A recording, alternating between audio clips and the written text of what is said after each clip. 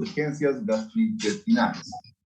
Son raras las emergencias cuando hablamos de este ámbito, pero obviamente igual tenemos que ir revisando. Esta parte nos interesa más porque tenemos que identificar, ¿sí? Porque obviamente nosotros no vamos a operar, pero hay varias patologías en las cuales el tiempo en la que se invierte para el diagnóstico es vital. ¿Sí? ¿Por qué? Porque puede ser que en la mañana les ingrese un paciente con dolor abdominal y en la tarde ya esté con peritonitis. ¿Y eso por qué? Puede pasar por demora en los laboratorios, porque no se realizó la interconsulta de forma oportuna, o porque no se contaba con la especialidad para poder hacer la evaluación, y obviamente se retrasa la referencia cuando existe esa situación, ¿sí? Entonces, eso es lo que queremos hacer. Vamos a revisar varios temas, vamos a ver esa parte que en la mayoría nos interesa en el servicio de emergencias, la identificación y el diagnóstico. Tenemos escalas, scores, etcétera, que nos van a ayudar a poder realizar eso, ¿sí? Por ejemplo, obviamente no voy a llevar apendicitis hoy porque es un tema muy común y todo lo demás, pero ¿qué escala conocen para poder sospechar de un paciente con dolor abdominal que esté cursando con un cuadro de apendicitis? ¿Cuál? Alvarado. ¿Cuál es el puntaje que tiene que llegar para decir si ese paciente es sospechoso de estar? ¿Cuánto? A partir de 6, ¿no? A partir de 6, entonces ya es un paciente que es probable que esté cursando con una apéndice. Y no necesariamente tengo que llegar a la ecografía y todo lo demás, ¿sí? Porque en teoría, las patologías a nivel gastrointestinal tienen una gran importancia en el examen físico como en la evaluación previa. Es decir, si la necesidad de laboratorio,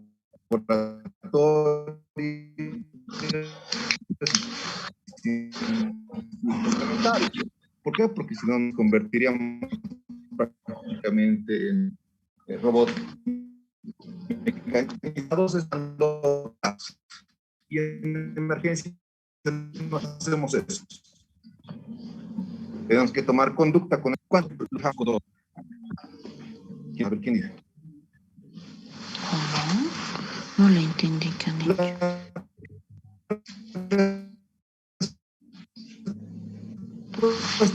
Sí. No.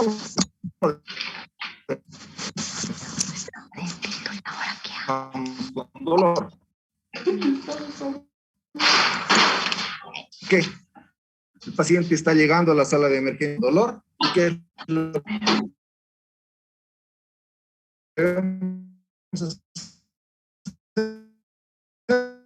no podemos llegar ya desde un punto y obviamente es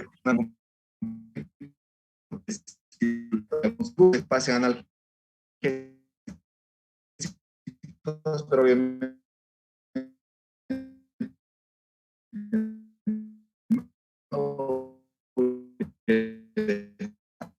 con dolor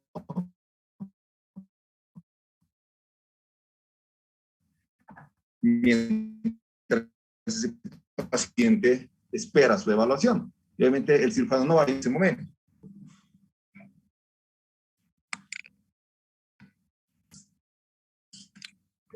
Se acaba de salir.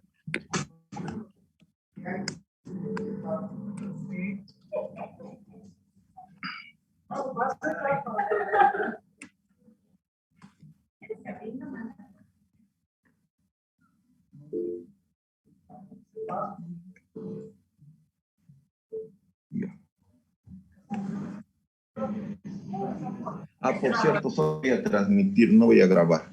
¿Sí? Por si acaso igual los compañeros. Pues si no, luego van a decir, no va a venir porque justo a lanzar el link y entonces ya le va a aflojar y a otros casos. Entonces, para evitar otras situaciones no voy a grabar.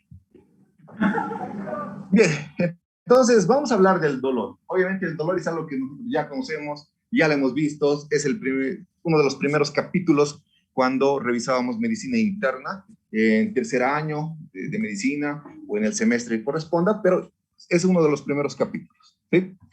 ¿Dónde está la lista? ¿Todos ya tienen sus nombres registrados? Regístrenlos, por favor, para que vayamos participando. ¿Alguien vio los mensajes en el chat que estaban previos?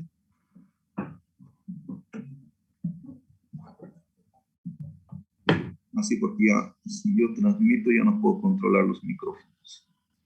No, es que vi que se bajaron en el Telegram para que todo les pase el audio después de la clase. Ya. Consta que no me responsabilizo del audio, dile. Es que a veces me sale alguna que otra. Ya. Entonces, dolor. ¿Ya lista? Son 8. ¿Quién falta? Sí, solo el nombre. Porque yo voy a saber si están o no están, les voy a preguntar.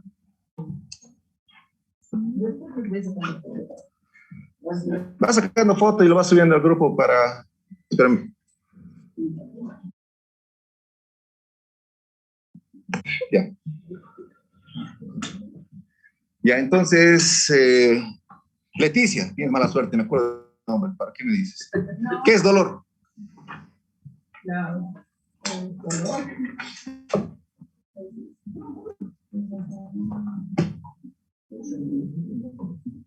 Si quieres me puedes decir según la OMS, según fisiopatología de POD, según medicina interna, según el Tintinali.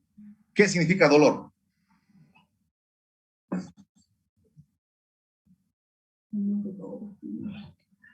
Te voy a ayudar entonces. Ayúdame a darle lectura. Una experiencia sensitiva y emocional desagradable asociada a una lesión tisular renal o potencial. Real o potencial, ¿verdad? Entonces, esta me gusta, esta definición. Ustedes van a ver los libros, varía un poco. Pero esta me gusta, ¿por qué? Y eso es lo que demarca nuestro accionar en la sala de emergencia. Es una experiencia desagradable. Pues como les digo, o sea, a nadie le gustaría estar en el hospital con dolor, esperando valoraciones, esperando que sean los laboratorios tardan. Por ejemplo, César, ¿cuánto tardan los laboratorios en salir donde estás? Y entonces estarías 3 horas con dolor esperando hasta que vengan los resultados y todo lo demás. Entonces no es algo cuerdo que se pueda realizar en la sala de emergencia, ¿sí? Obviamente vamos a ir viendo patologías porque hay algunas en las que sí los derivados opioides nos pueden servir y hay otras en las que los AINES nos van a servir, pero hay que saber en cuál utilizar, ¿de acuerdo? Porque de cierta forma no es que el analgésico va a enmascarar por completo el cuadro, solamente va a aliviar para que el paciente pueda tolerar su situación en ese momento. No es que anule el dolor al cero y el paciente no tiene nada de dolor, no, eso tampoco es posible, ¿ya? Entonces es una definición que nos agrada para poder manejarla y para que se entienda. ¿Por qué? Porque es una lesión tisular real o potencial. Si decimos real, obviamente se puede ver la lesión, esto se aplica para quemaduras, fracturas, cualquier otro tipo de trastornos, no necesariamente en el ámbito gastrointestinal, sino para cualquier otro tipo de situación que represente dolor para el paciente, ¿no? Lo mismo, si llega con una caída, contusión, etcétera, lo dejamos con dolor hasta tener la radiografía, ¿no? Ya le pasamos un analgésico para que pueda tolerar los estudios complementarios y todo lo demás, ¿no? Entonces, eso para que vaya cambiando y modificándose, ¿sí? Vamos a hablar del dolor abdominal. El dolor abdominal es muy amplio, es muy extenso. Entonces, vamos a tratar de recapitular algunos aspectos y obviamente ustedes me van a ayudar a desarrollar el tema. Porque es común que a la sala de emergencia, obviamente nos llegan las ambulancias, no sabemos qué tipo de paciente va a traer, entonces tenemos que estar preparados para atender a estos pacientes con dolor abdominal, que son en gran medida frecuentes los pacientes que acuden. Obviamente no todos son quirúrgicos, no todos son procesos infecciosos, a veces pueden ser problemas, por ejemplo, parasitosis, gastroenteral, etcétera, pero el paciente tiene este y viene a la sala de emergencia, y esto es más común igual en pediatría, ¿verdad? Los peques, cuando están con deposiciones líquidas, te los pueden traer sus papás en la madrugada, en la noche, etcétera. ¿Por qué? Porque lo han notado que ya está más hiporreactivo, somnoliento, etcétera, ¿no? Entonces hay que tener realmente estar preparados para poder atender esta situación. Ahora acá vamos a comenzar a hablar de 2 términos, el dolor abdominal como tal y el abdomen agudo. ¿Qué es el abdomen agudo, Shirley? Es un proceso que requiere una intervención inmediata, ya sea quirúrgica o clínica.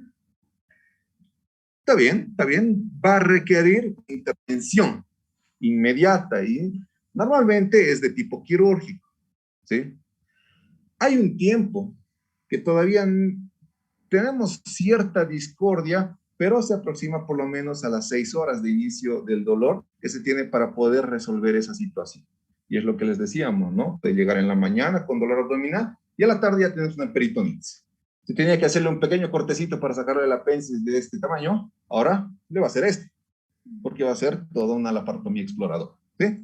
Entonces, eso es importante y eso es lo que nosotros en emergencia tenemos que llegar a evaluar. Ver si ese dolor por el cual viene el paciente se trata de un abdomen agudo, sí o no, ¿de acuerdo? Porque yo he visto que hay pacientes a los que llegan por dolor abdominal que muchas veces termina siendo parasitosis, pero hasta tienen tomografía de abdomen, ¿sí? E incluso pacientes en los que no se ve o no se puede llegar a visualizar muy bien el apéndice, entonces va a requerir una tomografía. Ahí sí es válido, ¿de acuerdo? Entonces tenemos que descartar que no se trate de un abdomen agudo. ¿Cuál vendría a ser un abdomen agudo? Hemos dicho peritonitis, trauma abdominal, cuadros de apendicitis, dependiendo también de su estado evolutivo y todo lo demás, ¿sí? Entonces, eso nos ayuda a determinar quién sí tiene que ser evaluado prontamente. Y como les digo, muchas veces molesta la parte de cirugía. ¿Por qué? Porque le estás llevando una interconsulta y no tienes estudios complementarios, pero tiene que colaborarnos en la evaluación. Puede ser que yo le pida simplemente 3 laboratorios. ¿Va a venir el cirujano? No, entonces le pediremos esto más. Entonces ya podemos ir complementando, ahorrándonos tiempo, optimizando el tiempo de emergencia para poder evaluar a nuestro paciente y tratar. Ahora, el abdomen agudo como tal. Nora, ayúdame a leerlo, por favor.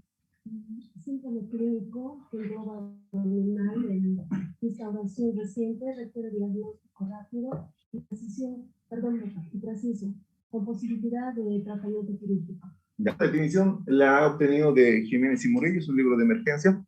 Pero esto es lo que me interesa, es una posibilidad de tratamiento quirúrgico. Por ejemplo, ¿cuál podría ser un paciente con tratamiento quirúrgico? Lo hemos mencionado, una apendicitis, una trombosis mesentérica, un infarto mesentérico. Van a ser pacientes que sí van a requerir un tratamiento urgente quirúrgico. Y lo que dice allá es importante. Es un diagnóstico rápido y preciso. No puedo demorar.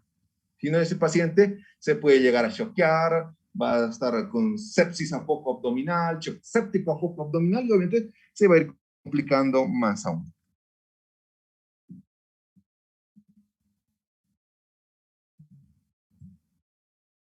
Bien, ahora vamos a recordar algunos aspectos.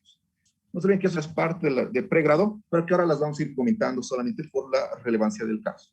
En cuanto a la fisiopatología, pues obviamente nosotros vamos a hablar en el dolor abdominal de 3 tipos de dolor, y esto lo dice el Quintinal, ¿sí? Vamos a hablar de dolor visceral, dolor parietal y dolor referido.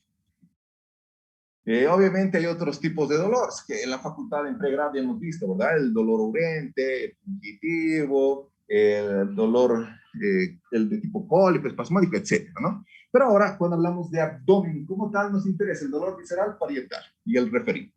Y obviamente vamos a ver a qué hace referencia cada uno de ellos. Por ejemplo, el dolor visceral. Melvin, ¿qué nos referimos con dolor visceral?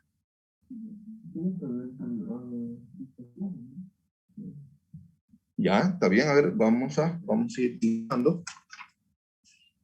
En sí, el dolor visceral va a ser aquel que se presente por una dilatación, un trastorno en las fibras, pero no mielinizadas, ¿sí?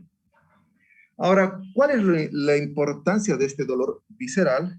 Generalmente me va a describir una zona específica del dolor, pero cuando comparte las fibras, y eso nos dice fibras aferentes viscerales, es decir, las fibras van a ir a la corteza, y generalmente el dolor en cinturón puede llegar a presentarse en esta situación. ¿Por qué? Porque comparte una inervación tanto de derecha como de izquierda. Un ejemplo, si yo tengo dolor en epigastrio, ¿qué podrá hacer?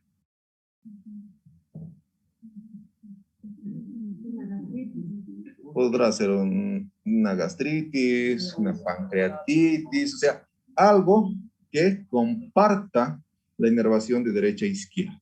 ¿Sí? Eso para solamente hacer la diferencia. Ya vamos a ir viendo y eso lo van a ir revisando. ¿Por qué se presenta esto? Y esto está muy relacionado principalmente al origen embrionario. Y van a ver este cuadrito igual lo como del finale. Obviamente en la etapa embrionaria el intestino se divide en anterior, medio y posterior, y de cada uno de estos pues van surgiendo los diferentes componentes que conglomeran el aparato gastrointestinal. ¿Sí? Como les digo, esto solamente es para ir recordando. En cambio, órganos, ¿cuáles son los órganos intraperitoneales? Y Daniel, ¿cuáles son los órganos intraperitoneales?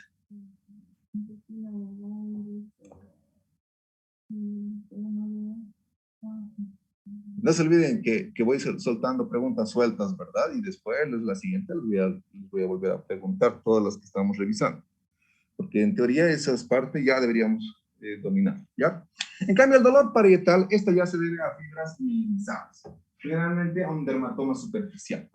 Y esto, por ejemplo, ¿en qué consiste la cronología de Murphy? O sea, no vamos a... Ahí tiene sus características, pero para que me entiendan. ¿Cuál es la cronología de Murphy? O mesogastrio. Ya, fíjate mesogastrio. Y luego... Y eso es común, ¿en qué situación? Apendicitis, ¿no? Entonces, esto se debe a los dermatomas superficiales. Si obviamente es a nivel del ombligo, el T10 que se va a encontrar relacionado para la inervación del apéndice como tal, ¿ya? En cambio, el dolor referido obviamente hace referencia a el dolor, ya sea del lado derecho o del lado izquierdo, de aquellos órganos que comparten su origen embrionario. Una característica en el varón es el uréter, comparte inervación con los testículos. Por ejemplo, si hay algún problema en el uréter izquierdo, ¿dónde va a tener dolor? En el testículo izquierdo. Pero no va a ser el problema ahí, sino que por la inervación que comparte, por el desarrollo embriológico y en el mismo lado, pues va a presentarse esa situación. ¿Ya? Esto solamente para entrar en el ambiente. Ahorita vamos a ir desarrollando. Ahora, cuando nosotros tenemos estos pacientes, tenemos que preguntarnos, ¿el paciente tiene una enfermedad grave?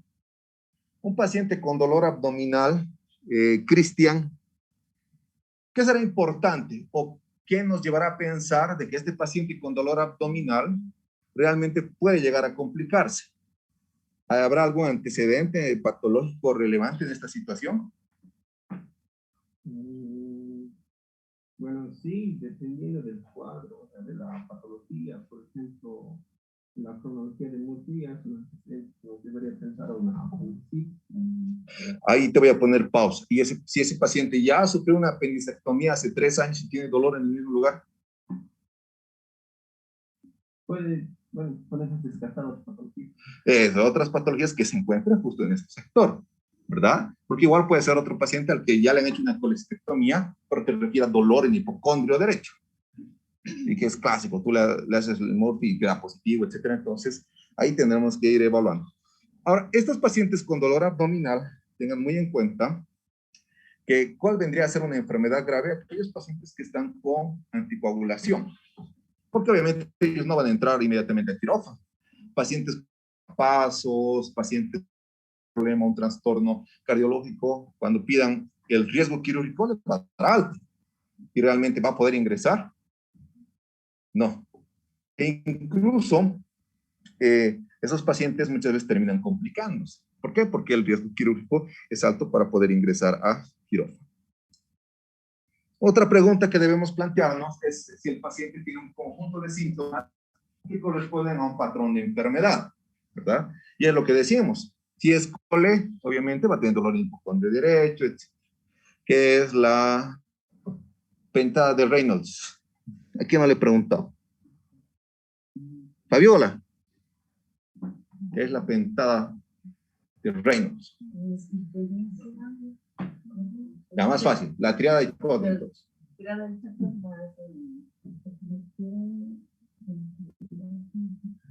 Ahí está, si recuerdan más adelante, pero, o sea, a eso nos vamos, o sea, buscar las características que se presentan en un cuadro, porque estamos hablando de colangitis con ellos, buscando el Charcot y obviamente la entrada, pero buscamos algo. En cambio, si hablamos de otro patrón de enfermedad a nivel gastrointestinal, ¿qué les puede venir a la mente? ¿O cuál podrían aportar? No necesariamente grave, o sea, un patrón que sea característico. Por ejemplo, volvamos al principio. Leticia, en la pancreatitis, ¿cómo vendría a ser el cuadro? Obviamente los cuadros, la presentación no es al 100%, pero se presentan en la mayor parte de los pacientes y eso nos orientan a sospechar, ¿verdad? La pancreatitis, ¿cómo se presentaría en teoría? Es un dolor en cinturón, comienza en el gastro, irradia hipocondrio, puede llegar hasta la región lumbar. ¿Qué más? Es de gran intensidad, urente y todo, ¿no? Entonces, ahí ya tenemos patrones. Ahora, si hay equimosis periumbilical, ¿podrá corresponder a pancreatitis? ¿Cómo sí? Entonces, vamos a ver todo eso. O sea, cuando ustedes busquen en abdomen, vean el lugar, traten de identificar qué otros elementos nos pueden llegar a complementar esa información. ¿Sí? Vamos a estar, si quieren, en problemas. Si mi paciente tiene dolor en hipocondrio derecho y en fosiliaca, ¿qué podrá hacer?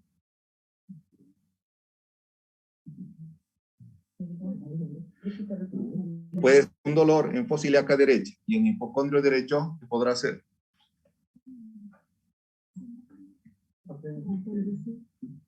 Pues de los dos hay pacientes que presentan al mismo tiempo. Es raro, pero puede presentar apendicitis y cólico.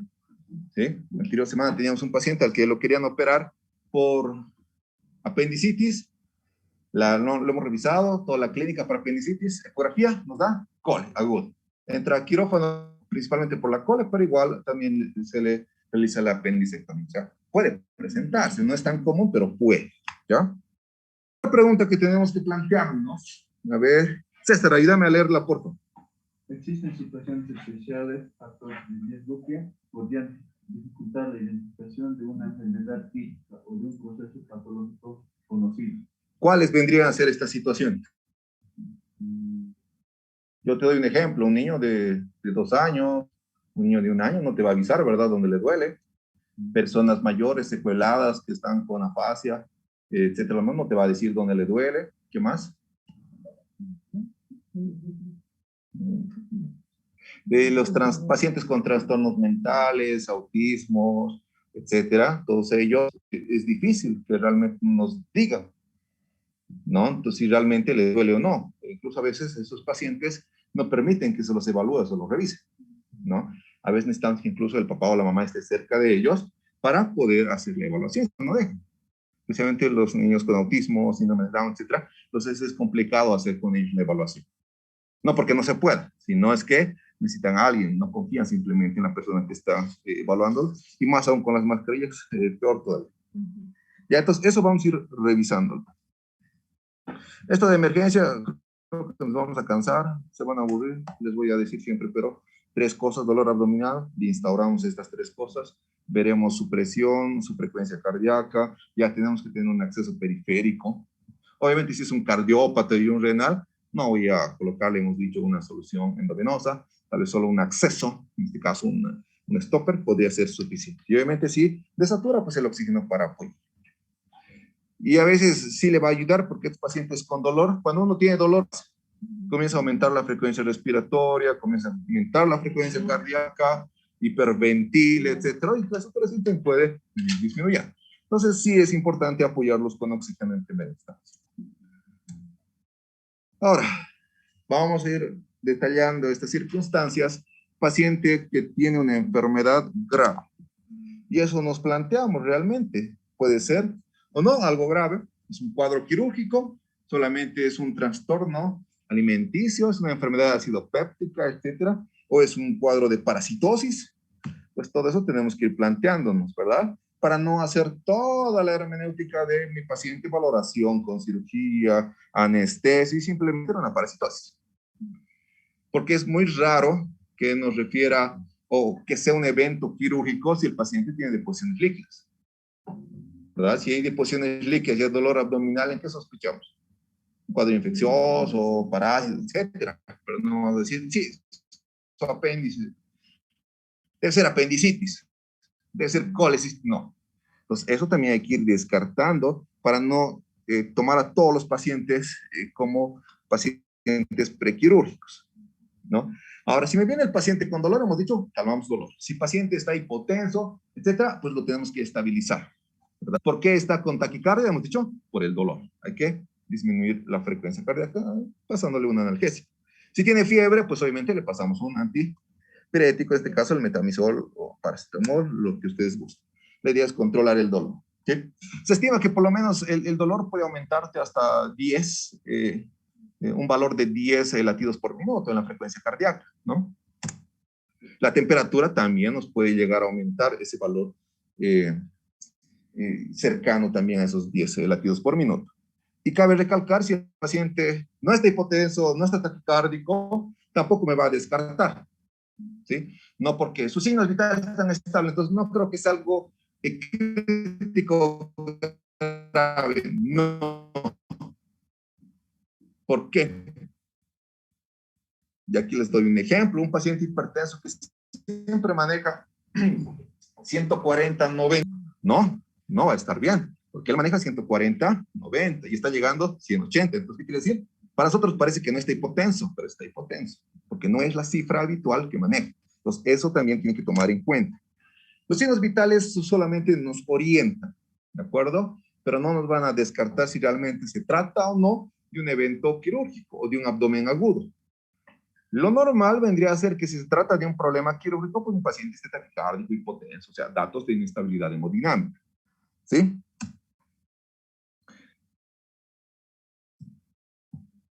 Bien, hemos dicho la taquicardia se va a presentar por dolor, ¿sí?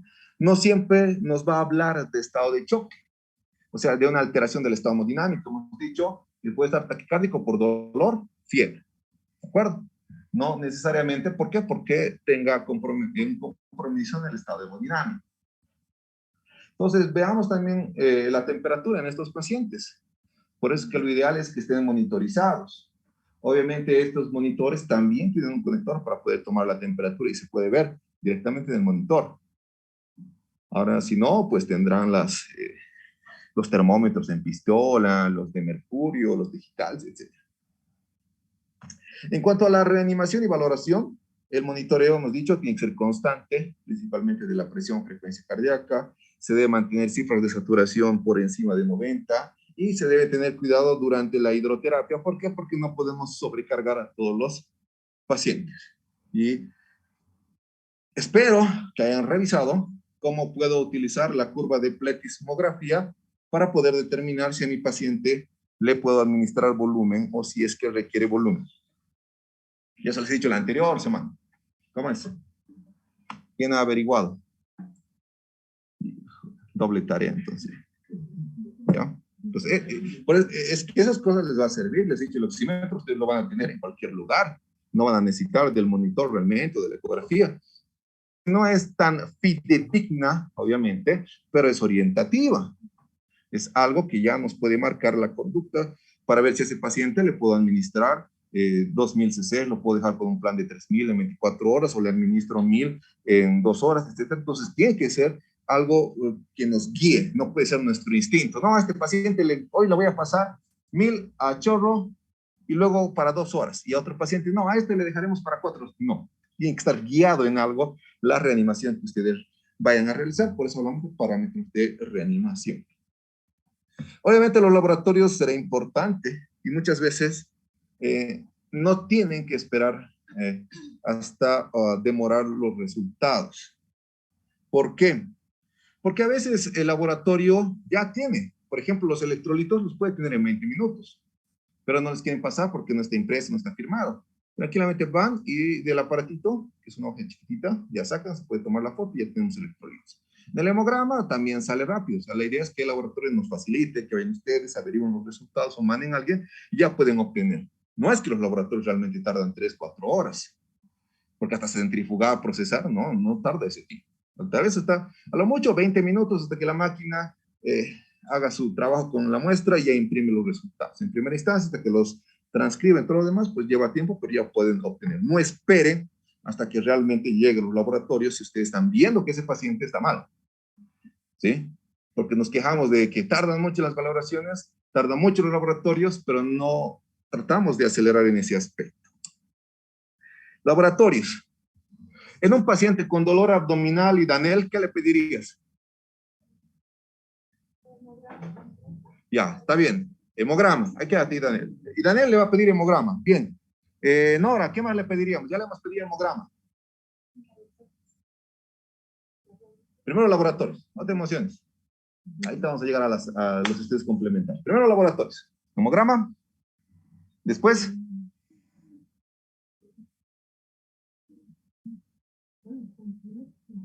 ¿Qué más le pedirías? Hemograma y ya está. Obviamente nos va a salir la serie roja, la blanca, las plaquetas. Listo, nada más. ¿Qué más le pido?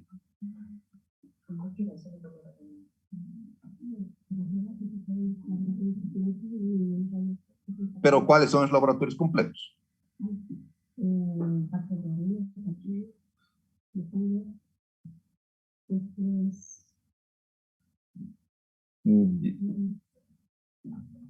A ver, ya ha dicho hemograma. ¿Qué más le pedirías? No otros estudios complementarios, solo en laboratorio.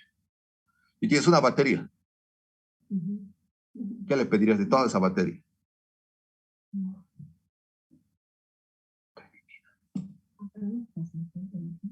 No, porque en el hemograma, otra vez, roja, serie blanca, plaquetas. Ah, ya, uno más, no te emociones. Tenemos más para participar. ¿Está bien? La función renal será importante valorar en estos pacientes y más aún en esos pacientes que están con ascitis. ¿Por qué? Porque esos pacientes tienen una alteración en la perfusión renal y mediante la creatinina podemos valorar también. ¿Ya? Vamos a hablar más adelante de la presión de perfusión renal, cuánto es lo normal, cómo se obtiene. Ya. Luego, ¿qué le pedirías, Shirley? Ya está bien, la glicemia, ¿sí? ¿Alguien sabe por qué a las cetoacidosis diabéticas o por qué las cetoacidosis diabéticas presentan dolor abdominal? A ver, mientras van pensando. Ya está bien, le vamos a pedir glicemia. César, ¿qué más le pedimos? Está bien, le vamos a pedir un perfil hepático, ¿verdad? El cual consiste en transaminasas. Bilirrubina total, directa e indirecta, transaminasas, la GOT, la GPT y si se puede, la GGT, si quieres. Fosfatasa alcalina más, ya. Leticia, ¿qué más le pedimos? No, falta. Ya, está bien, porque para el Alvarado nos va a servir, necesitamos PCR, está bien. Nora. ¿Qué más le pedimos? No le soples. ¿Qué más le pedimos, Nora? Ah, Nora, pues ya te pregunto. Fabiola, entonces. Hemograma, perfil hepático, glicemia. Creatinina le han pedido. ¿Qué más? No. Ácido úrico no le vamos a pedir. No. Amilasa y lipasa ya. Está bien, ahí sí. Después Melvin, ¿qué más le pedimos?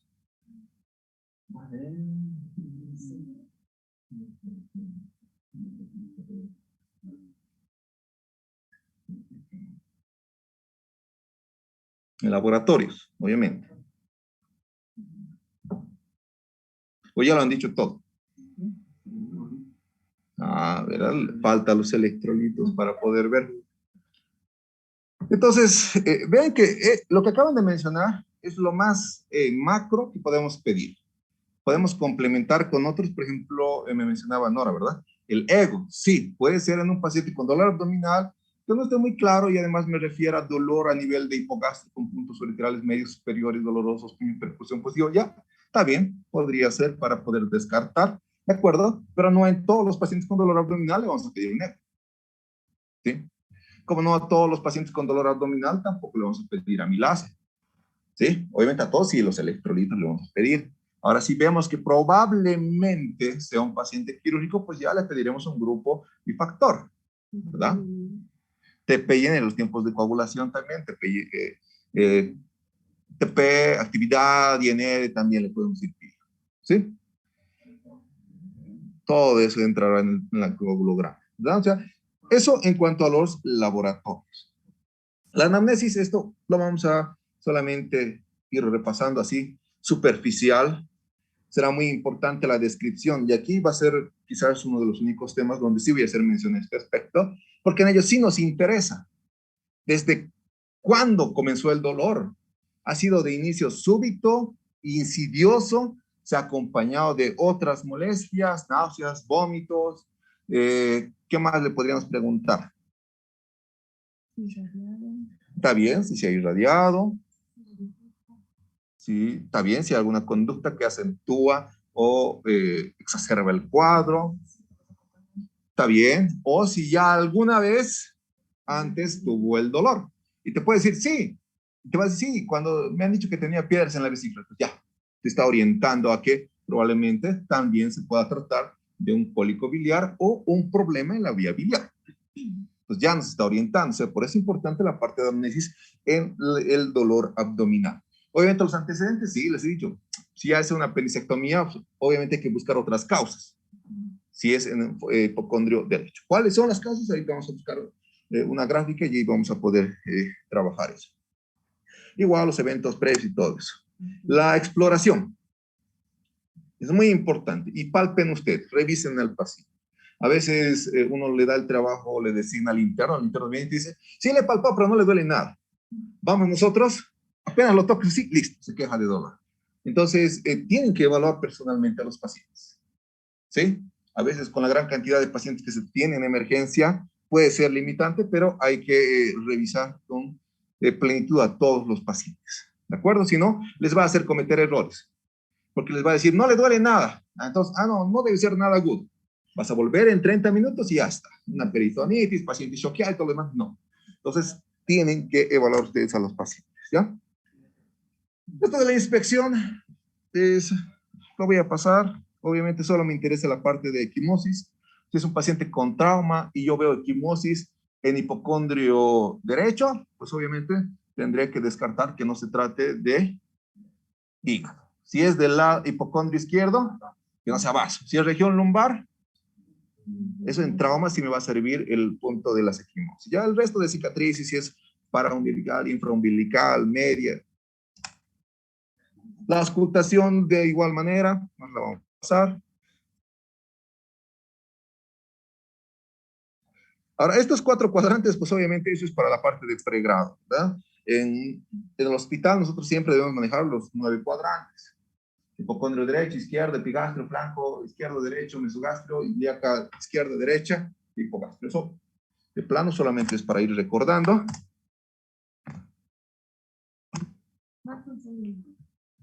Ahora, acá me interesa algo.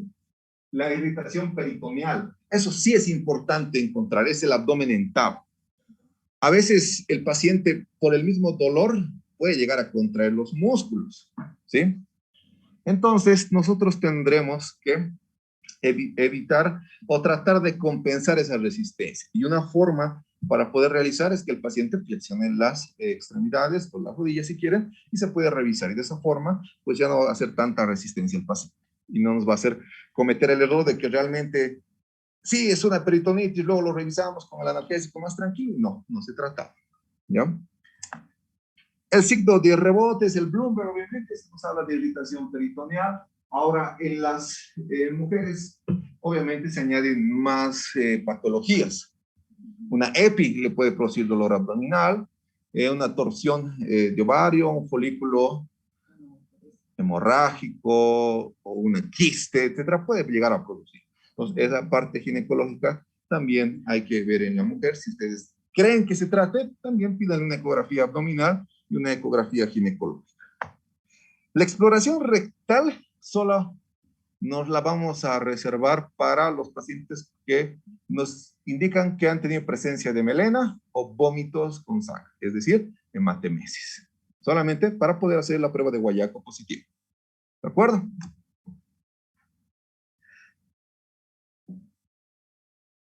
Ya. El paciente tiene un conjunto de síntomas que corresponden a un patrón de enfermedad y eso lo hemos comentado, ¿verdad? Tenemos, fíjense que hay varios, de acuerdo al cuadrante, fíjense todo ese listado que pueden encontrar. Ese es un cuadrito de Tintinali. Entonces, vean, fíjense que no solamente pueden ser 3, 4 cosas, miren la cantidad de patologías que tendríamos que descartar. Obviamente vamos a comenzar descartando las más riesgosas.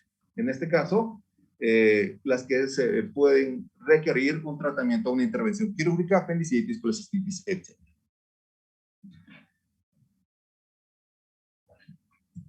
Ahora, incluso, fíjense cómo el agrupamiento de las enfermedades abdominales. Fíjense que yo tengo un grupo de síntomas del lado izquierdo. Vean, paciente con dolor, vómitos y datos de rigidez abdominal. Fíjense qué patologías podrían ser. Es que en la parte inferior, fíjense, tengo dolor, paciente con alteración hemodinámica, fíjense. Entonces, este cuadrito nos ayuda a determinar la sospecha, ¿de acuerdo? Porque si hay distensión, dolor, vómitos, ¿qué pensamos? Distensión abdominal, dolor, vómitos, un cuadro de obstrucción. Y vámonos acá, ¿dónde está nuestro cuadrito? Ahí está. Dolor, vómitos, distensión, obstrucción intestinal, vólvulo secal, y eso es frecuente. Es muy frecuente que lleguen a las salas de emergencia pacientes con distensión abdominal. Entonces, ahí sí, tendremos que ver qué estudio complementario es más ideal, ¿de acuerdo? Eso igual después lo pueden ir revisando con calma. Y esto es lo que les decía, los laboratorios no es ideal realizar a tiro de escopeta. Le pediremos todo por si acaso.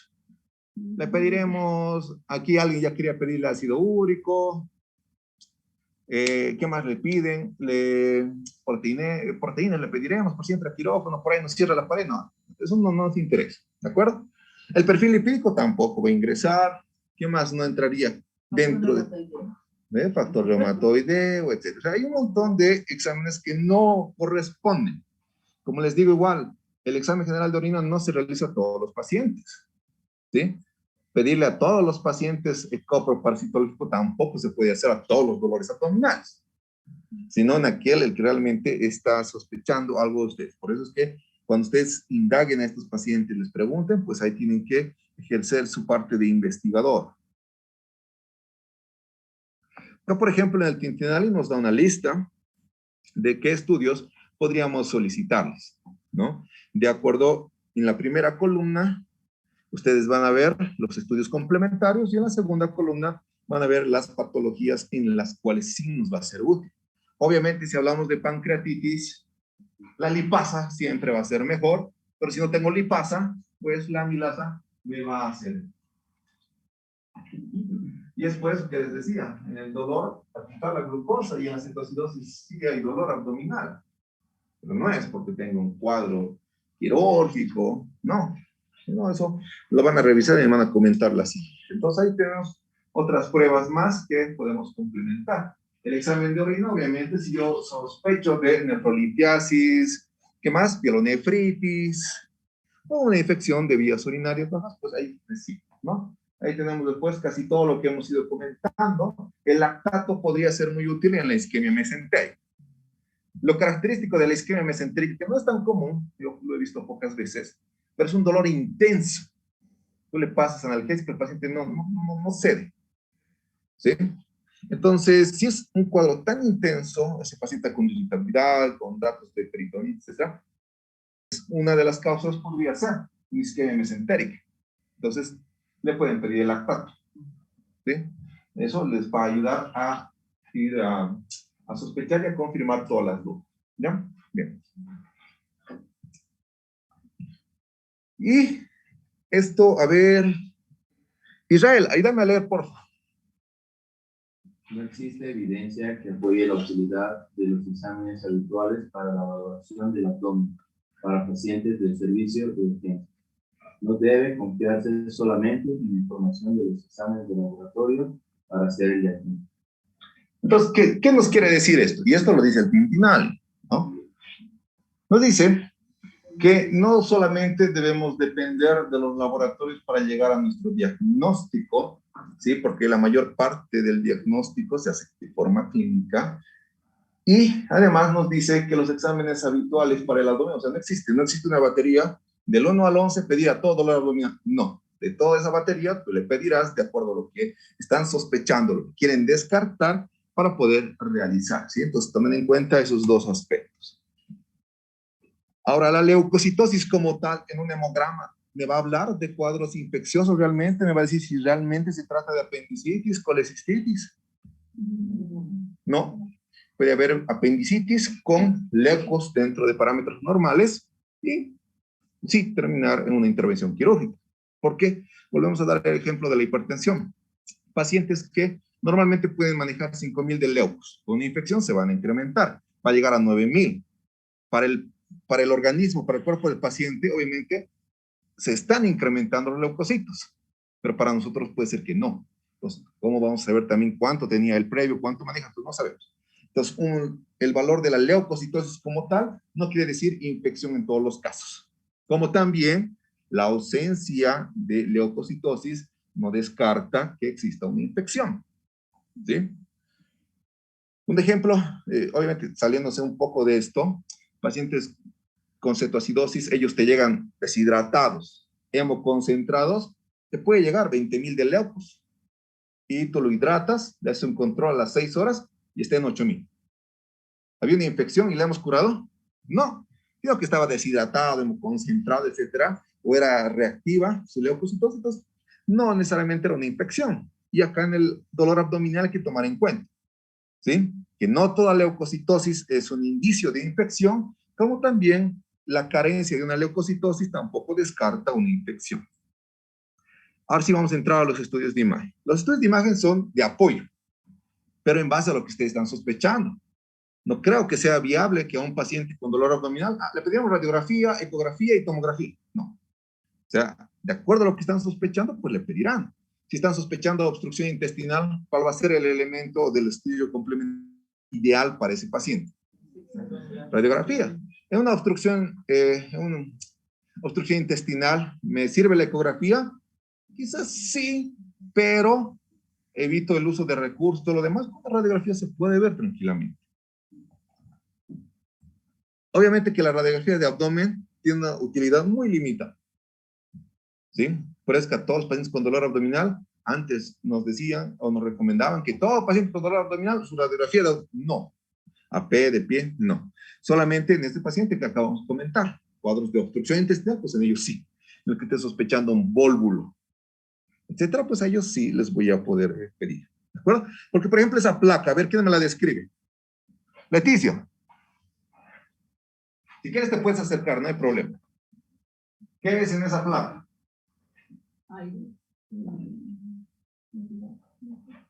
Ya está bien, se ve aire en la cámara gástrica, ¿qué más?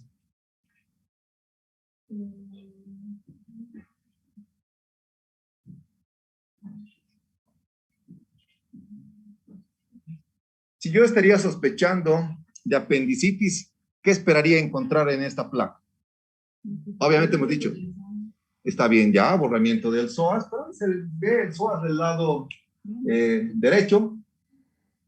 No se evidencia una asa centinela, no hay una escoliosis compensatoria, ni siquiera se ve un coprolito. O sea, eso nos decían antes, ¿verdad? Eso lo hemos aprendido en la facultad. Pero, ¿para qué le voy a sacar una radiografía a un paciente en que esté sospechando apendicitis?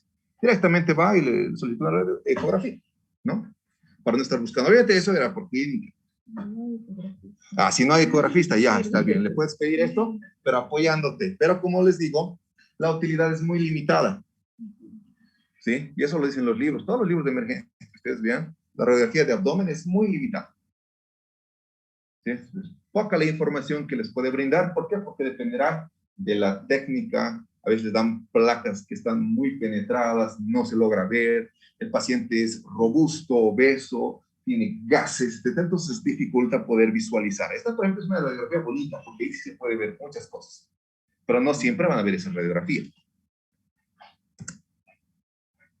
Ahora, en el neumoperitoneo, ¿qué es el neumoperitoneo? Melvin, ¿qué es el neumoperitoneo? No en el tórax.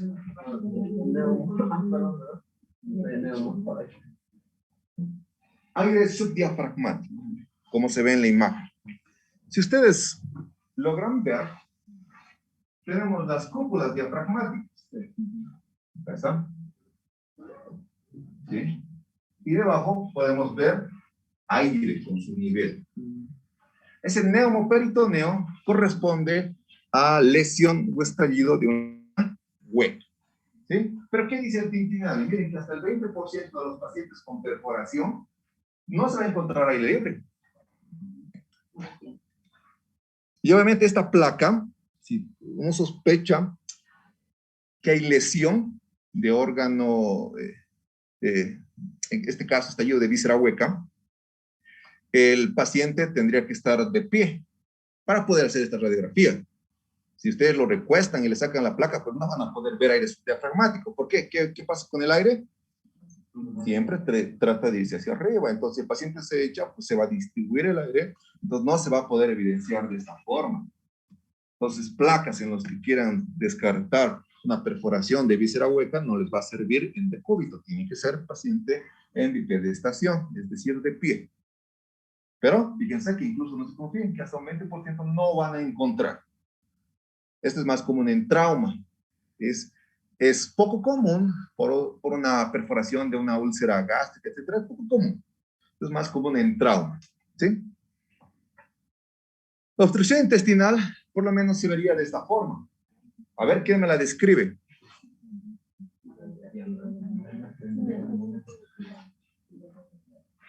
Se puede ver, ¿verdad? Las pilas de moneda. Y cuando ustedes vean estas pilas de moneda, hace referencia a intestino delgado. ¿Sí? Ahí sí me va a hacer, obviamente, una radiografía útil. Esto en la ecografía, pues, solamente me va a reportar como disminución del peristaltismo o motilidad disminuida. Esta son los niveles hidroaéreos que corresponden a colon. ¿Sí? Pilas de moneda, intestino delgado. Niveles hidroaéreos, colon. Solo estamos recordando. Esto, por ejemplo, si no hubiera puesto el título, ¿en qué hubieran pensado? Obstrucción, me hubieran dicho. Pero fíjense cómo es todo. Todo el abdomen prácticamente está distendido, se logra diferenciar el intestino grueso del delgado. Entonces, cuando ustedes vean esa imagen, paciente con mucho dolor, descarten que no se trate de una isquemia mesentérica. ¿Sí? Entonces, esa imagen es sugestiva. Ahora, otra vez, ¿no? Si no tuviéramos el título, es un grano de café, polvo de sigmoide. Ya. La ecografía abdominal. O sea, han visto que en los procesos obstructivos, pues me puede servir la radiografía y tal vez en hemoperitoneo. Pero vamos a la ecografía. La ecografía tiene una modalidad preferida. Esto es importante para que ustedes puedan utilizar en el momento que quieran descartar cualquier patología a nivel del árbol biliar. Y la ecografía es muy útil. ¿Sí? Acá, por ejemplo, podemos ver una imagen. En la radiografía, si tienen mucha suerte, tal vez se pueda ver. ¿Sí? Pero muchas veces no es como se ve en la radiografía. En la ecografía nos va a poder reportar una vesícula con litos en su interior. ¿Sí? Normalmente son hiperecogénicas, es decir, son de color blanco los cálculos biliares. Y siempre proyectan una sombra acústica. Eso ustedes tienen que ir reconociendo. Cuando les den un informe de ecografía, vean las fotos, las imágenes, no vean el reporte. Primero la fotito y luego vean si corresponde o no. ¿Sí?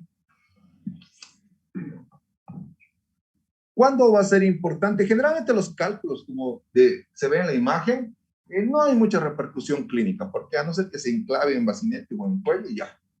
Pero aquellos cálculos que miden menos de 3 milímetros, esos sí son riesgosos. ¿Por qué? Porque esos fácilmente pueden ir hacia colédoco y obviamente producirme una. Entonces, ahí sí, por eso es importante ver la imagen, ver el tamaño de los calos. No solamente me sirve que el ecografista me reporte listos en vesícula. No, quiero saber cuánto mide. Acá, por ejemplo, es el colédoco dilatado, con un líquido en su interior.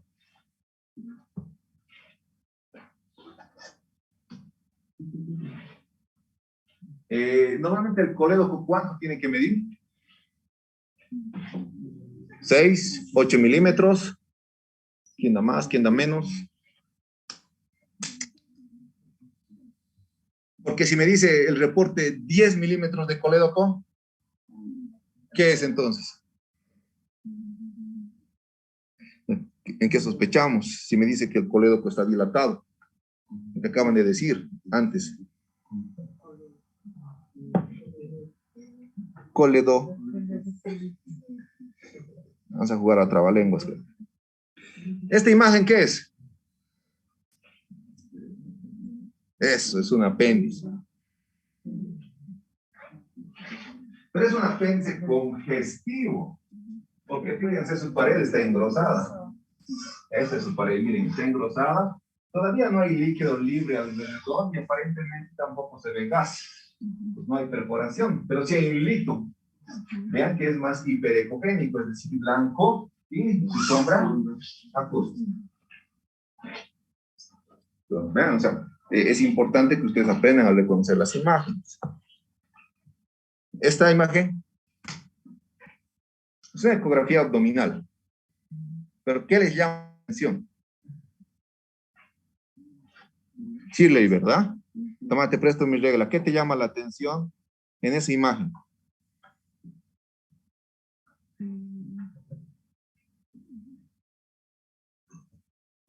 ¿O no te llama nada la atención? Me oriento porque dice ahí A ver, puedo orientarte. Acércate nomás y dime qué es lo que ves. ¿Qué te llama la atención? No.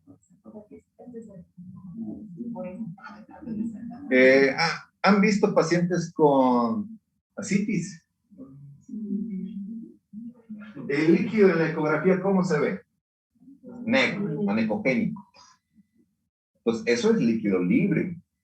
Entonces es un paciente al que tenemos que pinchar. Lo que tú estás viendo acá, estas son ácidos intestinales. ¿Sí? O sea, vayan revisando imágenes, tienen que familiarizarse en las imágenes. Ya, esta no, la vamos a saltar para que no digan después que no, que era trampa. Ahora, quizás la ecografía es muy importante, es útil. Ustedes, por ejemplo, sí la pueden utilizar. Seguramente en el módulo de trauma van a ver el EcoFast. Y este es el EcoFast, que igual no lo utilizamos nosotros para poder evaluar. Porque en primera instancia, la verdad, nosotros no buscamos su vesícula, no buscamos su apéndice. Buscamos cómo está el corazón, cómo está la vena cava, si hay líquido libre, cómo está vejiga, etc. Y eso nos sirve para poder identificar alguna alteración. ¿Sí? Todo les comento, eso es, ustedes ya lo van a ver seguramente a más detalle en el siguiente mes, porque el siguiente mes van a llevar el módulo de trauma. Pues ahí le preguntan sobre el EcoFast. Bien, tomografía de abdomen nos cuesta, y la verdad a mí me cuesta, porque es ver todas las estructuras, imaginarse todas las estructuras, a veces es muy lioso, ¿sí? Obviamente aquí está bonito, pintado, pero la mayoría te llega así. Acá por lo menos nos da una idea, una orientación. Y es fácil, ¿verdad? Acá tengo hígado, aquí esta parte del riñón derecho, obviamente no se ve izquierdo, porque por el hígado está en una posición caudal, aquí está el estómago, el vaso, si tienen la aorta, ¿no? Ahí se ve bonito cuando es por colores, pero cuando les digo, si les muestro una imagen de estas, pues, si no tienen letras, es difícil. Ahí, por ejemplo, ¿se ve el páncreas o no? Se parte el páncreas, ¿verdad? Entonces, esto solo les he mostrado pueden buscar, está igual en los libros, para que puedan identificar. Ahora, si ustedes dudan, si tienen imagenólogo o el informe de tomografía, les va a ser muy útil. Ahora, ¿en qué pacientes sí les podemos pedir tomografía? Quizás cuando el dolor abdominal no esté claro, cuando no haya encontrado prácticamente en la ecografía nada, entonces sí le puedo pedir una ecografía, perdón, una tomografía. ¿Por qué? Porque la ecografía no llega a la parte retroperitoneal. En cambio, en la tomografía yo voy a poder ver toda la cavidad abdominal. ¿Sí? Entonces, ahí, incluso a veces el apéndice, cuando es retrocecal, no se puede ver en la ecografía. Pero con la tomografía sí se podrá llegar a diferenciar. Son los dolores más difíciles solamente. Sí, por el tejido y por lo tanto una tomografía sí podría ser muy útil. Ahora, el electrocardiograma, pues obviamente no le vamos a hacer a todos los pacientes con dolor abdominal. Aquellos pacientes que probablemente sean abdómenes agudos sí tienen más de 40 años. Un electrocardiograma, uno de 25 años para valoración prequirúrgica, pues es inaudito, ¿sí? Por si acaso. Ahora, si existen situaciones especiales, factores de riesgo que podrían dificultar la identificación de una enfermedad, sí, la hemos ido comentando cuando el paciente no se comunica. ¿Qué tal si les toca a un paciente que es sordomudo y habla en lenguaje de señas? ¿Cómo lo entendemos? Va a ser un poco difícil, ¿sí? No, quechua no. Más bien que te llegue uno. Obviamente en nuestro medio, el quechua por lo menos podemos entender, comprender. Te dice nana, sabes que le duele algo. Pero si viene, qué sé yo, por ejemplo, que sepa aymara, estamos fregados. Yo ya estoy fregado ahí. Yo no conozco nada. Entonces, ahí sí se puede, el idioma puede ser un hecho relevante para poder identificar, ¿no? Y obviamente lo que hemos dicho, pacientes que no se comunican, pediátricos, adultos secuelados, pacientes con demencia senil incluso, o pacientes con ciertos trastornos. Tratamiento.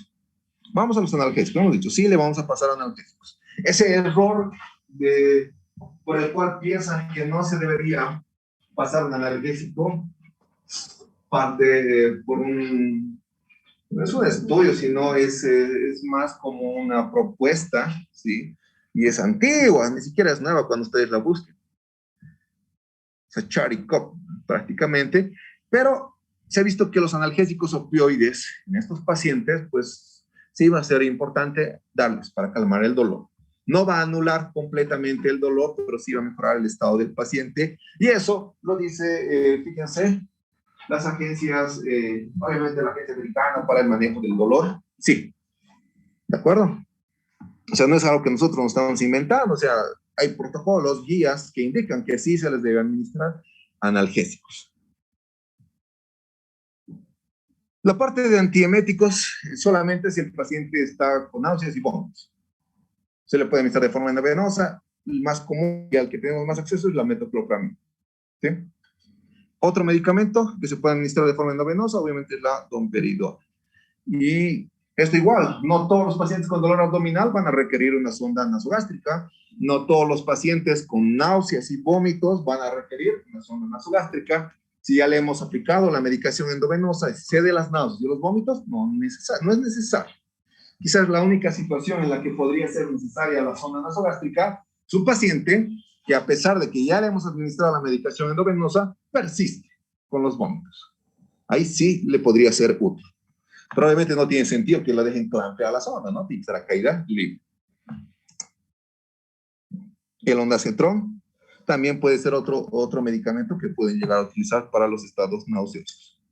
Antibióticos, y aquí vamos a tener un conflicto, ¿verdad? No voy a decir quién, pero hay un grupo de... Hay algunos que sí les gusta utilizar antibióticos en los dolores abdominales, pero no todos los dolores abdominales van a requerir antibióticos. O, si los requieren, no necesariamente tiene que llegar hasta recibir imipenem y vancomicina. ¿Sí? Hay esquemas de tratamiento para estos pacientes. Obviamente, vamos a iniciar, y lo dice la campaña Sobreviviendo a la Sepsis, que seguro ya la han leído, la anterior ya les dije que la revisen. La campaña Sobreviviendo a la Sepsis indica que por lo menos inicie de forma oportuna y temprana los antibióticos, pero en un paciente en el cual estamos sospechando que se trata de una sepsis. Si viene por dolor abdominal y tengo Quisofa o News2, etcétera, que es compatible con sepsis, pues sí le vamos a iniciar, ¿de acuerdo? Ahora, nuestro esquema y el titulario nos recomienda, tiene que ser basado para esto, para gérmenes anaerobios y anaerobios gram negativos. Si ustedes se fijan, ahí nos da un listado de los medicamentos que podríamos utilizar. Pero lo más común que podríamos utilizar nosotros en la sala de emergencias, ¿qué creen que medicamento podría ser?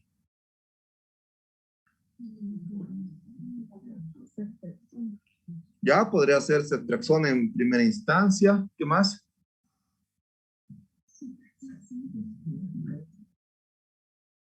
Cefotaxima. ¿Qué más?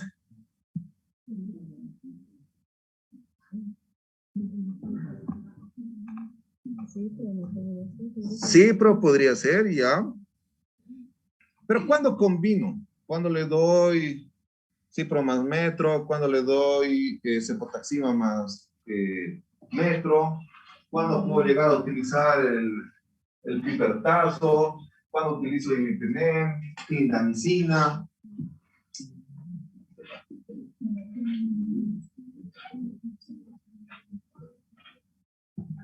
Tal vez el estado crítico del paciente podrá ser un indicio para poder utilizar. Porque si usted lo ven choqueado, hipotenso, taquicárdico, en mal estado general, le voy a dar una cefalosporina. No, o sea, tendré que iniciarle quizás un antibiótico un poquito más agresivo. ¿Por qué? Porque su estado aparentemente no es algo leve, sino por eso estamos hablando de sepsis. Cuando realmente sospeche de sepsis recién, le podemos iniciar el antibiótico. No es que viene con dolor abdominal, allá, ponle cetros, no. ¿Sí? Cuando tengamos datos de sepsis, recién vamos a iniciar. Ahí tienen opciones, ustedes elegirán la que les es más conveniente. Con esto, obviamente, evitando, porque si yo les digo, denles esto, después no se han dicho en el diplomado esta receta que es aplicable a todos los dolores abdominales y no funciona. Ustedes tienen que buscar qué medicamentos son los más prácticos para su paciente. Obviamente, su paciente va a ingresar en NPO hasta que tenga algún dato relevante en la información, los laboratorios, estudios complementarios, para descartar que no se trate de un abdomen agudo. ¿Sí? Entonces, todos los pacientes inicialmente van a estar en el NPO hasta nueva orden.